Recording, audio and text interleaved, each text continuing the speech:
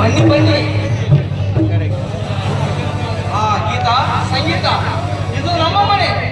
ಮನೆಯಲ್ಲಿ ಮೋಜು ಮಸ್ತಿ ಮಾಡಿದರೆ ತಪ್ಪೇನು? ಯಾರು ಬೇರೆ ಅಲ್ಲ, ನಮಗೆ ಬಹಳ ಬೇಕಾದ ಆತ್ಮೀಯರು ಇರ್ಬೋದು.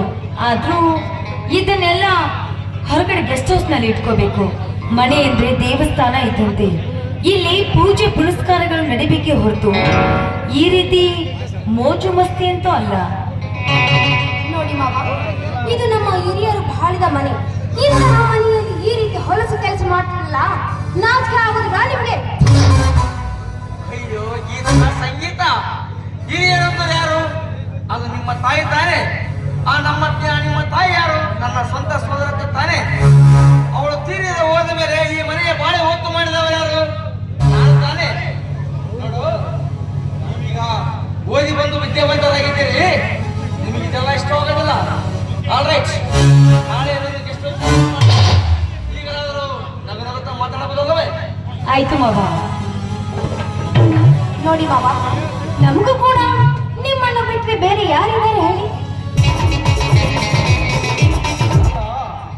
ಆವಾಜಕ್ಕೆ ಊರೆಲ್ಲ ಗಡಗಡ ನಡಗಿಸುವ ಸಾಹುಕಾರರು ನಮ್ಮ ಸೊಸೆಯಂದಿರ ಮುಂದೆ ಅದೆಷ್ಟು ನಯ ವಿನಯದಿಂದ ಮಾತನಾಡಿದ್ರಲ್ಲ, ಬೆರಗಾಗಿ ಬಿಟ್ಟೆ ನಾನು. ಏನು ಆಶ್ಚರ್ಯಚಕಿತರಾಗಿದ್ದೀರಿ?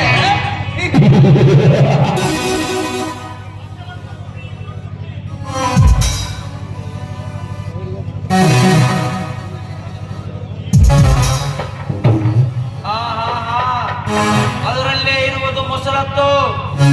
ಈ ಪ್ರಕೃತಿಯಲ್ಲಿ ಸಣ್ಣ ಚೇನು ಎಪ್ಚೇನು ಅಂತ ಕರಿತಾರಲ್ಲ, ಸಣ್ಣ ಹುಳುಗಳ ಚೇನನ್ನು ತೊಡಿದುಕೊಂಡು ಆರಾಮಾಗಿ ತಿಂದು ಎಂಜಾಯ್ ಮಾಡಬಹುದು. ಆದರೆ ಎಪ್ಚೇನು ಅಂತಾರಲ್ಲ, ಅದರ ತುಪ್ಪ ಪಡೆಯಲು ತಂತ್ರ ಹೂಡಬೇಕಾಗುತ್ತದೆ. ಅದರ ತುಪ್ಪವನ್ನು ಪಡೆಯಲು ಉಪಾಯ ಹೂಡಬೇಕಾಗುತ್ತದೆ. ಇಲ್ಲವಾದರೆ ನಮಗೆ ಅಪಾಯವಿರುತ್ತದೆ. ನಿಮ್ಮಿಂದ ಕಲಿಯುವುದು ಸಾಕಷ್ಟಿದೆ. ಯಾರನ್ನು ಬೆದರಿಸಬೇಕು, ಯಾರನ್ನು ಬೆದರಿಸಬೇಕು, ಯಾರನ್ನು ಖಂಡಿಸಬೇಕು, ಯಾರನ್ನು ಮಾತನ್ನೇ ಮರಣ ಮಾಡಬೇಕು, ಎಲ್ಲವೂ ನಿಮಗೆ ಸಿದ್ಧಿಯಾಗಿದೆ. ಲೈಫಲ್ಲಿ ಬೆಳೆಯಬೇಕೆಂದರೆ ನಿಮ್ಮನ್ನು ನೋಡಿ ತುಂಬಾ ಕಲಿಯಬೇಕು ನಾವು. ಕರೆಕ್ಟ್ ಆಗಿ ಹೇಳಿದ್ರಿ ರಾಣ. ನಮ್ಮ ಸಾಹುಕಾರ ಅಂದ್ರೆ ಅನುಭವದ ಗ್ರಂಥ ಇದ್ದಂತೆ.